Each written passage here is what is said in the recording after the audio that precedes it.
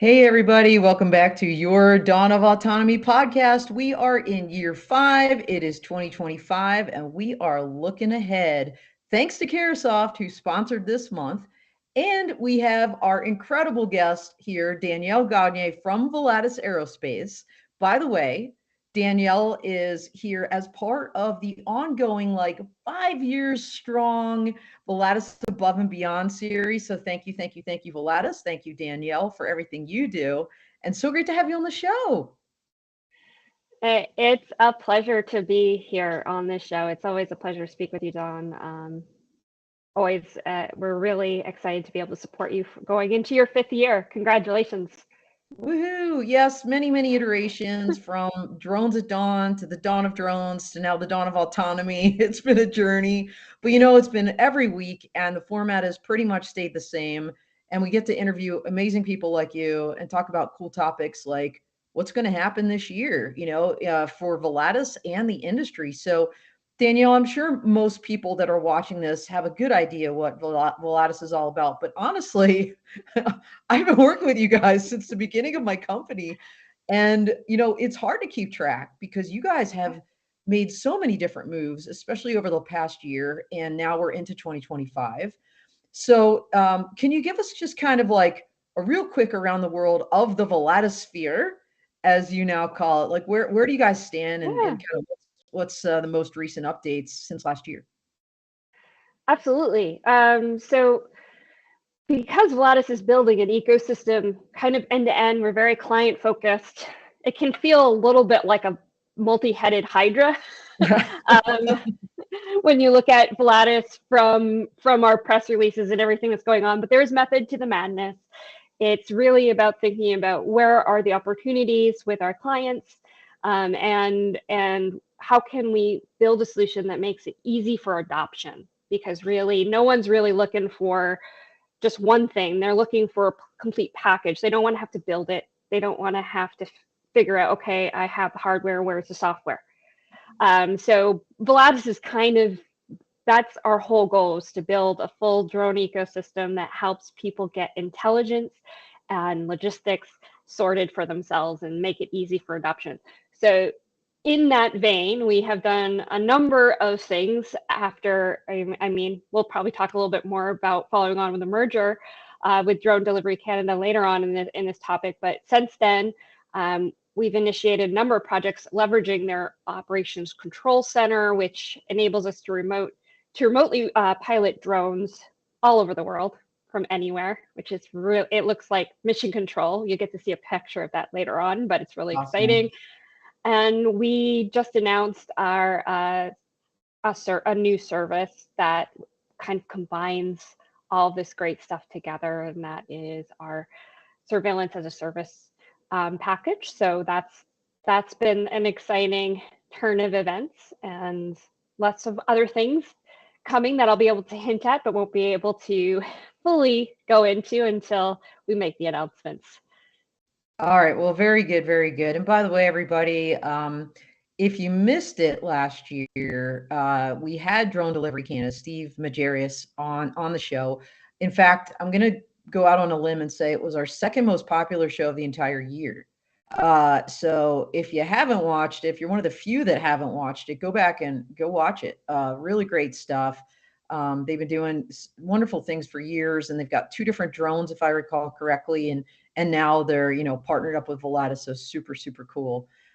Danielle, we had a great conversation last week with Lacey Ween from Caresoft, looking at mostly like the legislative front, in the United States. Also kind of what some developments on the federal and state side. You guys are in Canada, and you're also global, right? And so you've been looking out at this industry. As you sit here today and you look ahead to 2025, what do you see kind of as some of the challenges on the horizon that we might expect this year? I think 2025 is not going to be accused of being a boring year. I think it's going to be an exciting year for a number of reasons. We can either look at these as challenges or opportunities, There however you we want go. to.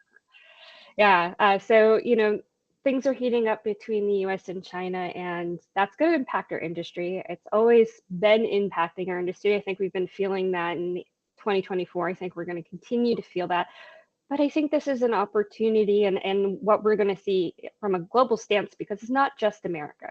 You're seeing this in the UK. You're seeing sentiments in Canada as well. There might not be legislation, but there's this global awareness of where our data is going and who has access. So I think there's a real opportunity for countries, and especially the United States, to start looking internally for how do they manufacture, how do they build their own businesses, industries within their own borders. So I think from a perspective of how do we handle this, there's a real opportunity for each government globally to start thinking, how can we raise the bar? How can we be competitive in this market and support these industries that really are going to need that support as the political climate changes. Well, and Danielle, you raise a great point when you're talking about kind of building an industry within, your own borders, if you will. I think there's still going to be international collaboration, but supply chain is critical, right? I mean, it's not just where the data is going, it's where the parts are coming from, and do you have access to them? Can they be turned off like a spigot, like we recently saw with batteries?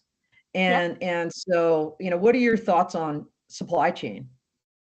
Yeah, supply chain is part of that process. We, from the very beginning of development of manufacturing, you have to know where your pieces are coming from. You have to know where you're sourcing them. And again, that goes back to how do we bring manufacturing or redundancy in manufacturing into places that we know we can control from a standpoint when it comes to the politics of what we're dealing with. So this is a really important part.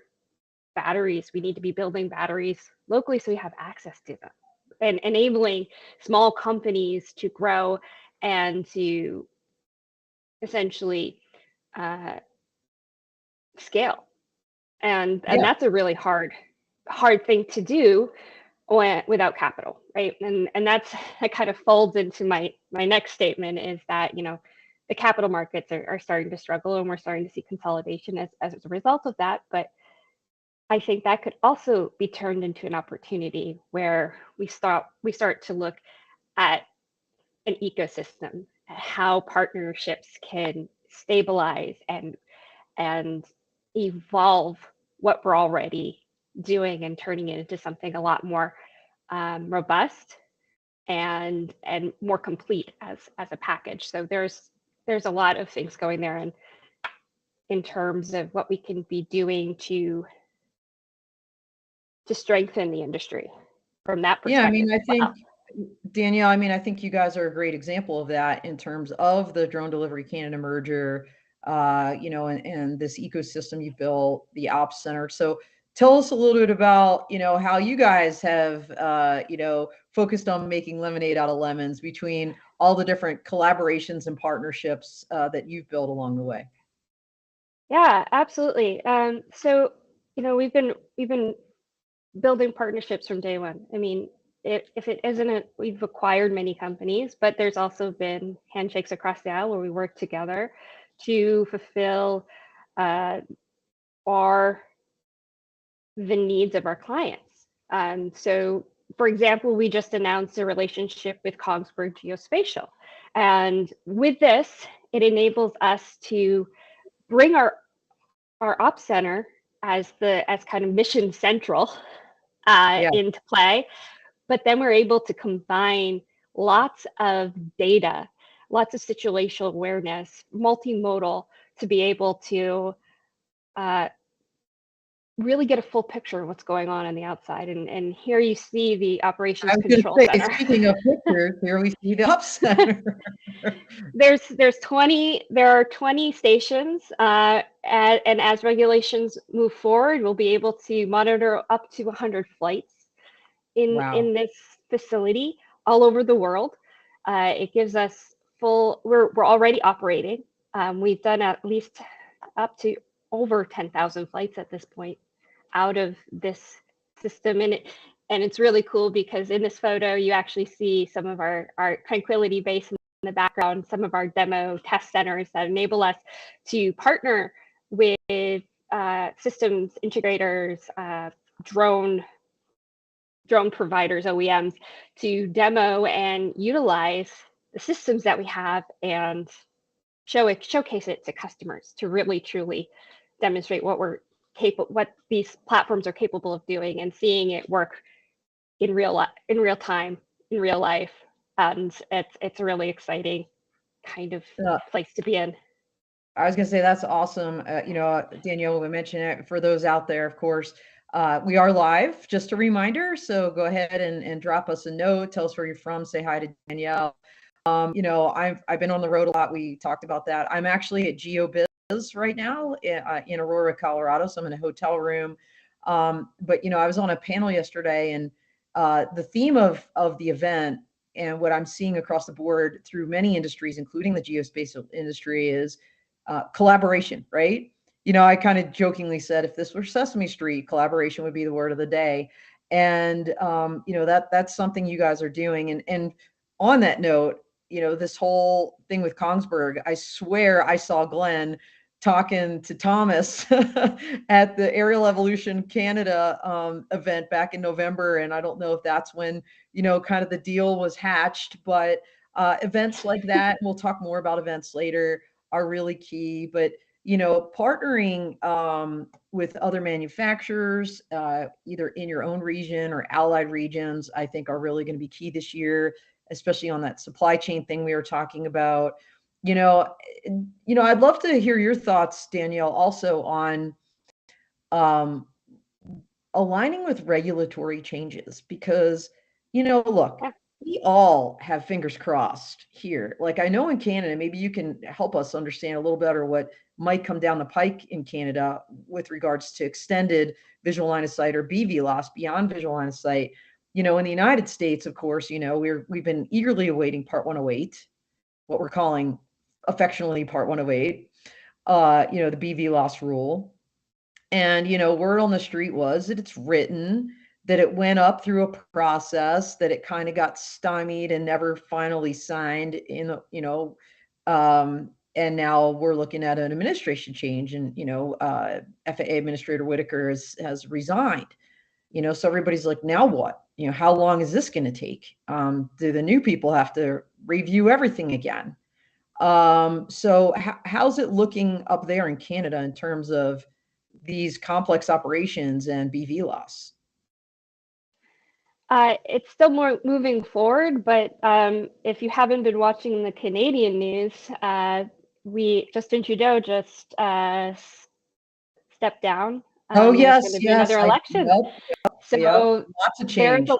There's a lot of change in the air, and understand, but I think we're still very bullish on seeing some rulings coming out very soon. I have to admit, I am not as familiar with the timelines on what beyond visual line of sight is going to be, and I don't think anyone can really say that with all the shakeups in the new administration. I think the can is getting kicked down the road a little bit, but that doesn't mean that stops us from beyond visual line of sight. There are a lot of opportunities, and even especially in Canada, where it's less dense population-wise, there are a lot of opportunities to get special flight operating certificates, and Volatus has been very successful at obtaining some of those, especially for some of our routine remote operations to and from hospitals. We're now approved to fly in an active airport, in and out of an active airport with an air glide runway. So there's a lot of things going on that are still enabling us to move forward. So we're not seeing that as a stopper. Yeah. But I think what we're going to see as these regulations roll out is this awareness of how closely it's getting to your crewed aviation, your piloted aviation. Regulations and requirements, we're really starting to see these become aircraft and being treated as such. And I know that's something that's probably banging the drum here. We've heard that over and over again. These are becoming aircraft, especially as they get bigger, especially as the flight times, the endurance gets longer. We're going to have to look at it as that aircraft, as an operator, as an aircraft operator, and that's something that we're excited to actually see happen. Yeah, I know that dovetails with some of the training you guys do. And speaking of training and changes and new things, I believe you guys are introducing a thermography certification. So tell us a little bit about this and how it kind of dovetails into the other training that you all do. So we're trying to take a global perspective in terms of what we have to offer. And one of the biggest opportunities that has been sitting there is the world-class capabilities of our team in the UK from IRED. Yes, we had them on the show last year too. They're amazing. Yes. We did. And their ability, they've been training for over 20 years on thermography from everything. And as you recall, from many different avenues and some really unique and niche, and a lot of them dovetailed beautifully into what we need in North America. So what we're doing is we're bringing that expertise to Canada, bringing that 20-year expertise into Canada. And if you don't know anything about IRED, they're kind of, if you look at thermographers, they're a unique bunch. They're very, especially when you get into higher echelons, they are very specialized, and they kind of, they're part of a really unique and high-end group of people. So we're offering training right now in Canada, but we're also looking at the United States to provide a thermography level 1 certificate, which is something you need if you're going to do this professionally. It covers your back if you go in there and you're grabbing data. It tells your employer that you have the requisite experience and that you know how to read the thermographic image that you're picking up, because there's so many ways that you can read that image wrong. Yeah, so, well, absolutely. Yeah, and thermography is one of those complex operations we talked about. You know, I mean, beyond visual line of sight is a component. This may or may not be beyond visual line of sight, but thermography is complex. And so is non-destructive testing, you know, NDT. So it seems weird, Danielle, because like you and I have been in this industry for a while now, but the first time I really heard in earnest about NDT was at Commercial UAV last year. It was actually a Canadian company, Osprey Integrity. I know you probably know Cortland Pank. And they were with Volero, a Swiss, I believe they're from Switzerland, drone company. They're going to be on the show later during Energy Month. But this idea that so many different critical pieces of critical infrastructure require testing that is so delicate that traditionally took forever, but you can do it with a specialized drone. And so you guys also offer some accreditation with regard to NDT as well. Can you tell us about that? Yeah. So as an option, you get certified with us, which is in line with ASNT, which is American Society of Non-Destructive Testing, and ANSI, which is another version of the same thing. They're standards body, but what we are bringing to the table is BINT, which is the British Institute of Non-Destructive Testing, and it's an internationally recognized group that provides certification and qualifications. So it's a big deal. It's a standardization that we're bringing to Canada as an option for our pilots to become BINT accredited. And so that's a really big deal. I think there's a lot of check the box kind of thermography where you kind of hit the minimum level. This is really just ensuring that you're getting that added capabilities. And to go back to the point you made, about non-destructive testing, just to emphasize that point, the amount of downtime, facilities management has to do in order to understand what's going on with your equipment or their electrical facilities, or what's going on underneath the ground, or there's so many different applications, or what's going on behind that wall, what's going on, there's so many, what's happening to our roofs, are we really environmentally sound here, or are we losing money because we don't have a proper building envelope? All of this thermography enables us to see it and to target, and before going in there and stopping all of your equipment, having the downtime, having to put things away in order to do this, or to destroy something, literally open something up and have to rebuild it in order to get in there. So it gives people a much more targeted approach.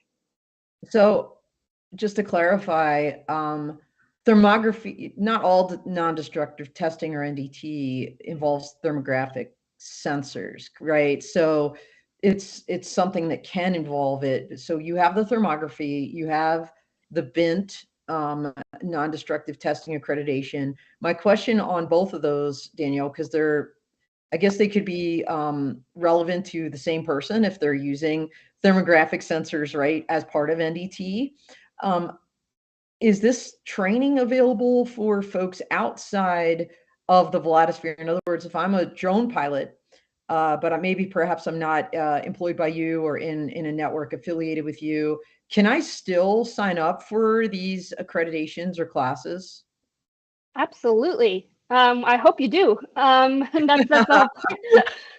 That's the whole point of it, is to offer this to every pilot that wants to take advantage of it. We're going to, on January 27th, we're hopefully going to have our first course in Toronto, and then we're moving into Winnipeg and Alberta, and anyone it's a 5-day course. So it's a big deal, but it's super intense. Yeah. Yes, and that's pretty standard across the board. If you're going to go for your level 1 certification, it's an investment, but it's something that that really makes you stand out and often provides you the opportunity to build yourself up and set yourself up in the drone industry as somebody who's qualified to do quite a bit of work. A lot of people ask, I have my drone pilot's license, what do I do next? Well, this is a great opportunity for people who are looking for that what next.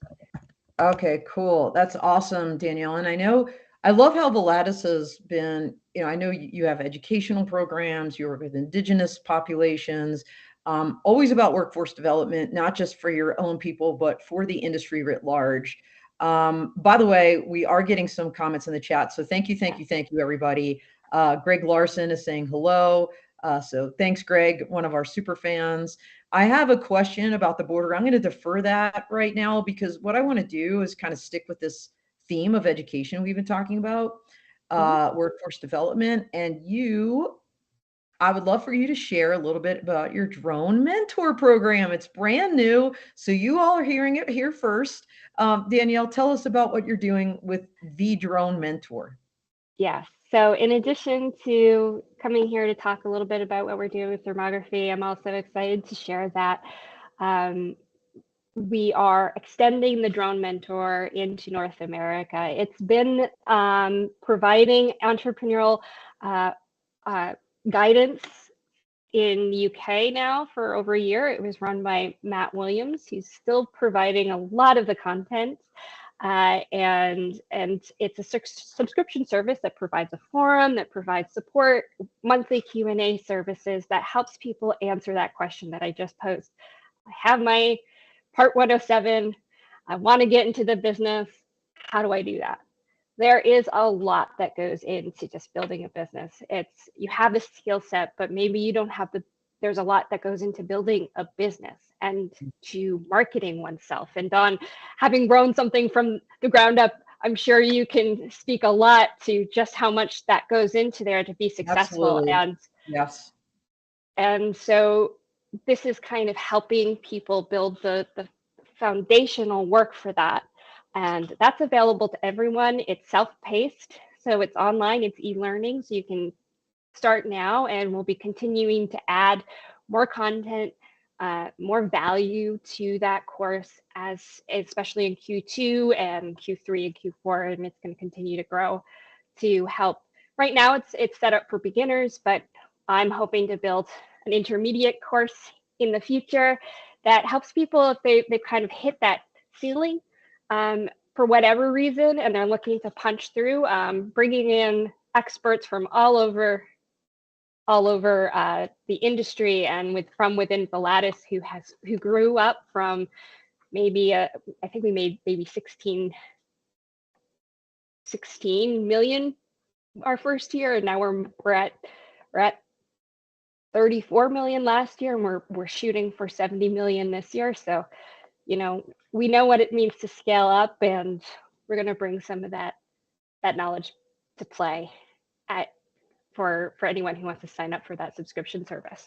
Wow, awesome. Aiming high, to be sure. That's really Yeah. cool.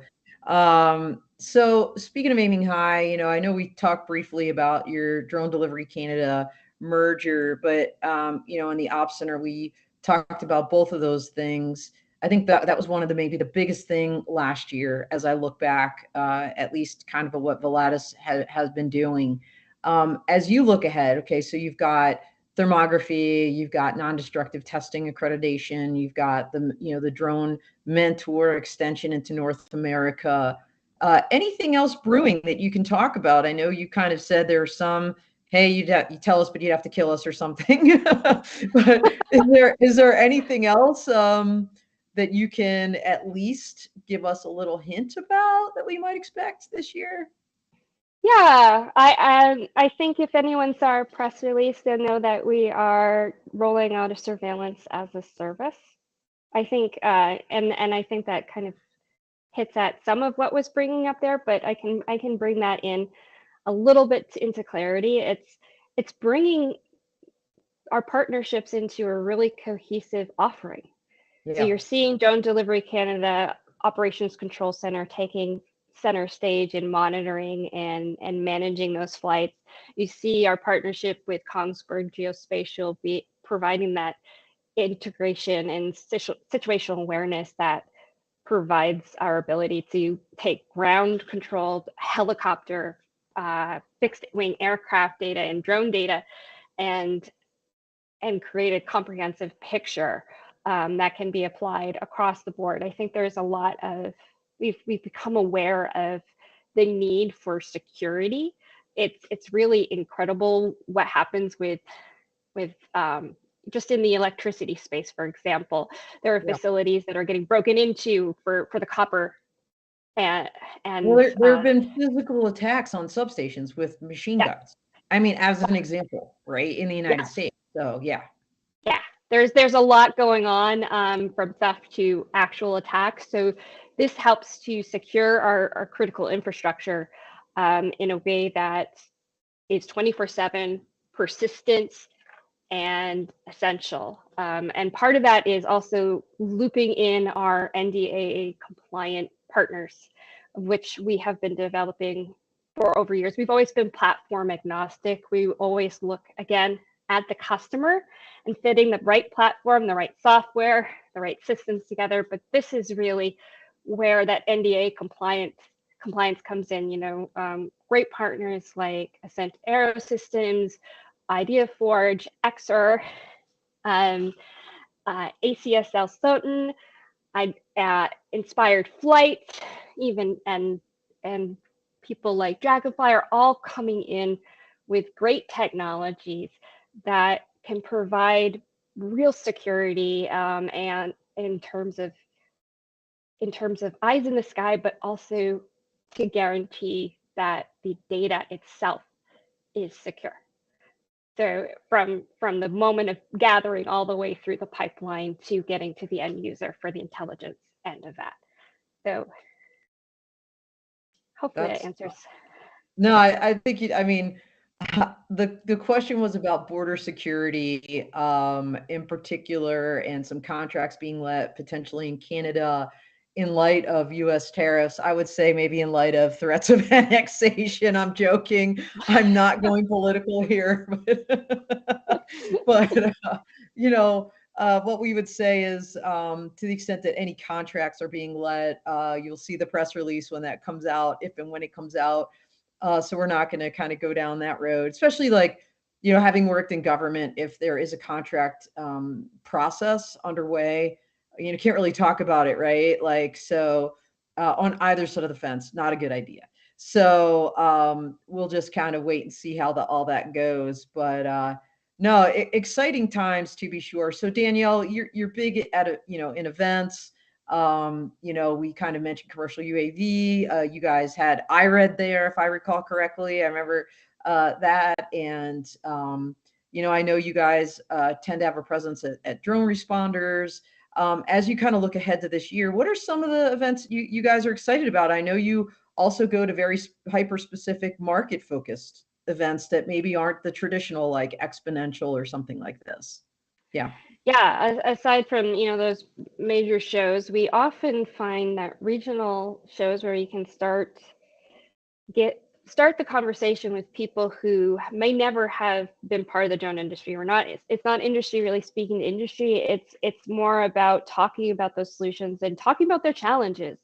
Where can we slot in? We learn so much from those conversations and develop, kickstart the relationships that help us to build things like our energy utilities, oil and gas business. So we're always looking at ways that we can connect with those end users, really. So you'll see us in a number of those shows. Too many to mention. Usually, last year I think we attended over 30. I think the one that we're really excited about is Energy Drone Robotics Coalition Summit. We've always had a great time at that particular event because of how focused it is. Always looking forward to being talking to the industry as well, to learn from what's been happening, to understand how we can collaborate and partner.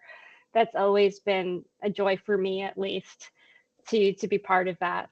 Yeah, absolutely. And, I think you and I both are going to be in Houston back to back between Exponential and EDR. But, I'll just take a minute to put in a shameless plug and a thank you. So thank you again, Volatus, for supporting our Law Tech Connect. It's going to be our 4th annual in conjunction with Exponential. So everybody out there, if you haven't signed up, I will just say, I think it's one of the best legal policy events that you can find anywhere when it comes to autonomous technologies and drones and AAM. We're going to have a panel on maritime again this year, because it's always popular. People just want to hear what is happening with autonomous surface ships and underwater, UUVs, uncrewed underwater vehicles.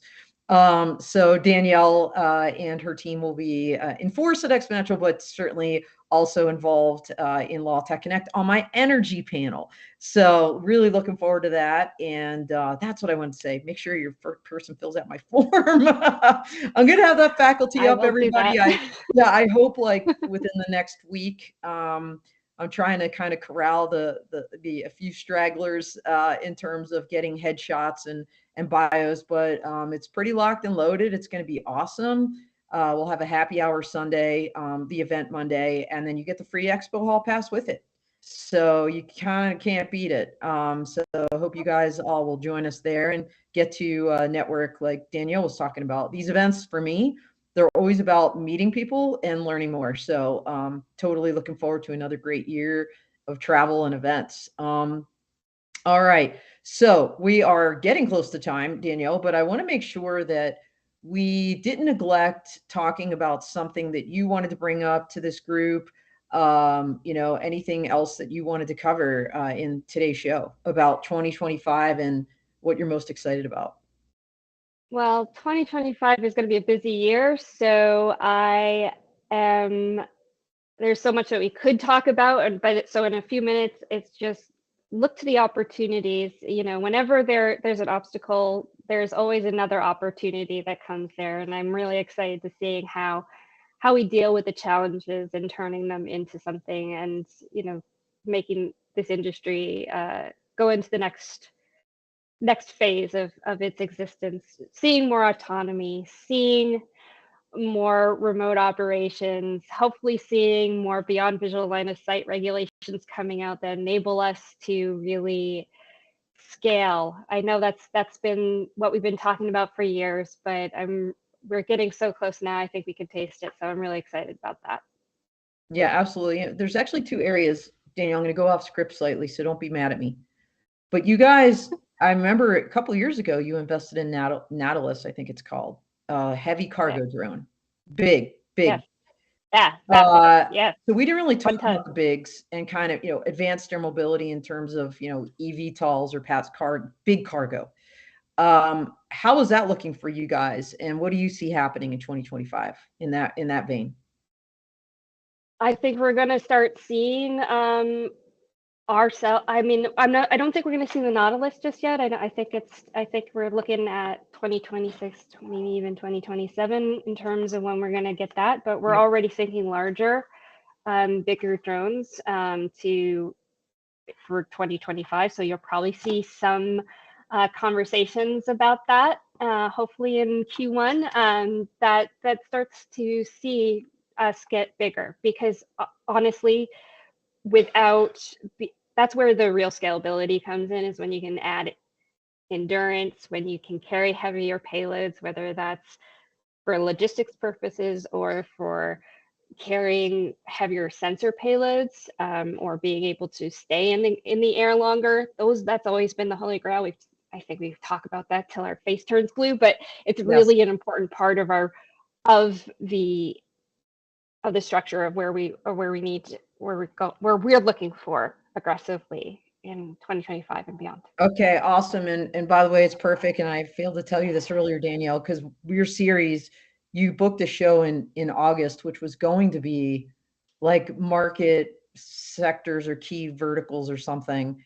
It's now bigger and better month. So I'm hoping by August, maybe you can bring on one of these companies or talk about the really big drones that you guys will be using. And that'll be right before commercial UAV. So super excited about that. And then, really last but not least, I think, we saw, I had my 5 minutes of fame on Fox News around the New Jersey drone sightings. And I think it really, for most of us in this industry, it was a little frustrating. But it also raised this issue of counter UAS and, the need for the local authorities to have, local first responders to have some legal authority, especially in the United States and otherwise, to detect these things, to be able to mitigate if necessary. In your ecosystem, Danielle, remind me, do you guys have a counter UAS capability, or is that something that, as you look on the horizon for your kind of holistic, airspace awareness and, packages, your security packages you're putting together for people, is that something kind of on the whiteboard, or do you guys already have something in the deck? So it's something that you can't ignore, but it's not something that we've gotten into. I think that is a whole other can of worms. But if I can also venture to say that the response of what's been happening is also a reflection of public opinion and how it's becoming aware of our industry. Now, this could be both good. It might not always. This wasn't a good way for them to become aware of it, but it's an opportunity to change up the narrative, and it's also a call to us to understand just how much media and government plays a role in the perception of our industry. And as a communicator, it's really important to educate and to create compelling stories to move the conversation forward and to highlight that we're not all bad actors. What are drones really doing up there in the sky? So I think there's an opportunity there in 2025 to start really thinking about our public relations campaign, our communications campaign moving forward.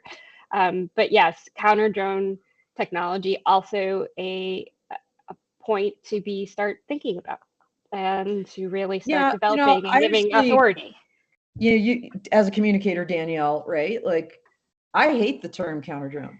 Honestly, I don't think it's a good phrase, if you will, for what the technology is about. It's really about, airspace awareness and assessment and protection, or airspace Yeah. protection. Like, again, I know I talked to Tom Adams about this, former FBI agent, now with own shield. Um, it's about knowing what's out there, and then if needed, being able to do something about that. And frankly, that's just safety. That's just Yeah, safety. that's And situational I don't awareness, care which is whether it's what a we already. drone. Yeah, I don't care whether Yeah. it's a drone, it's a bird, it's another airplane. If something's in your way and it can cause a collision midair, or a hazard to somebody or something on the ground, that's a problem. And it's a problem that the industry needs to resolve. And, rumor on the street is that the Part 108 rule is going to address, UTM. And, when you think about UTM, counter UAS or airspace awareness, frankly, should be a supplemental service data provider. Like, you should have that in there.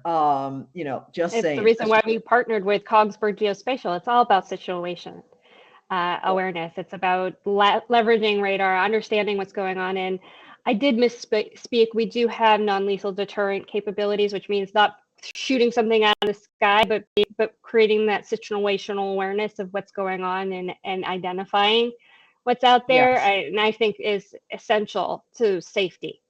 You're Yes. absolutely right. 100%. 100%. Well, ending on a positive note, so much going on last year into this year, so much to look forward to, I think, Danielle, for the whole industry and also for Volatus. Looking forward to seeing you guys grow and thrive, and running into you and do at some of these shows. But until folks can actually, kind of shake hands with you in person, how's the best way that they can, what is the best way that they can reach you or learn about your thermography course or your non-destructive testing course or your drone mentor program? How can they tap into all of these things? So just to clarify, the BINT, it will happen during the thermography course. So if you take the thermography course, you'll be able to go through BINT. Oh, nice. Two for Yes, one. Yeah. yes. And in addition to that, if you want to connect with me, LinkedIn's great, but also please feel free to email me directly. My email is danielle.gagne@volatusaerospace.com. And that's Um, Gagne, right? Gagne, perfect, yes. Okay, perfect. All right, great. Well, thank you, Danielle. As always, it's been a pleasure talking to you, and getting your perspective on what you think is kind of be some of the opportunities, because you're a glass half full kind of gal. I'm a glass half empty kind of gal, just so everybody knows. And also, some of the exciting news that Volatus had to offer, and what we can expect this year. So thank you again. And thank you, everybody, for joining in and for those comments. We are, by the way, next week we have a North Dakota company coming on. Meadowlark Aircraft Company's building some bigger aircraft, Danielle. So you're going to want to watch this one and maybe tap into Yeah. what they're doing. They're actually sponsoring that month in August, but they wanted to do a little preview as they kick off the year and really start, ginning up their company. So thank you, everybody. We are out here.